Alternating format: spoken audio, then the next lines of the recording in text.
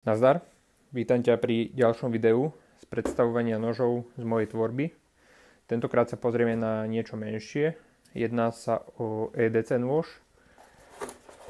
ktorý je vyrobený z ocele NŽ190, kalenej na 60 stupňov Rockwella. Tento konkrétne je vyrobený z 2,5 mm ocele. Vyrábam ho ešte v hrúbkach 3 mm až 4 mm. A používam ešte ocele Sleipner a D2 a Elmax. Nôž je menší, perfektne sedí v ruke, viem sa zaprieť pri jemnej práci. Na rúčke je použitá čierna G10, ale viem vyrobiť podľa zákazníka aj iné farby, napríklad obľúbené sú zelená, zeleno-čierna alebo kojot. Povrchová úprava je stonewash, krásne matné, neleskne sa, leskne sa iba fazetka.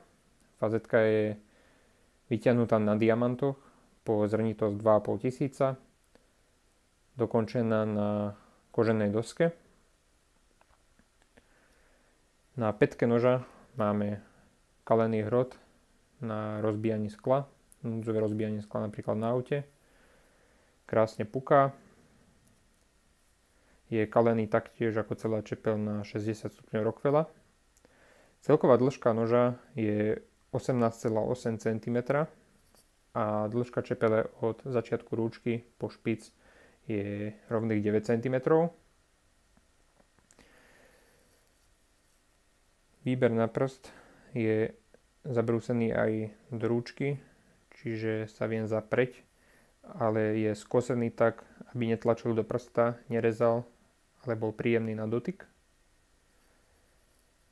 Taktiež falešné ostrie je zhora skosené do postupna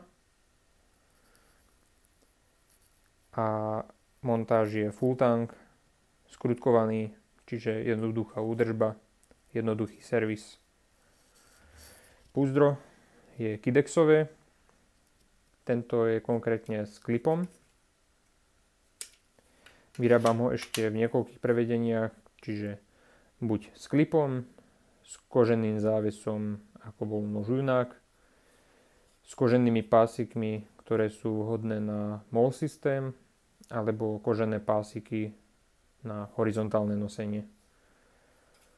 Momentálne s klipom, zákazník si to tak želal, tak som ho tak spravil. Nôž drží, s jedným prstom dokážem vytlačiť. Žiadny veľký odpor.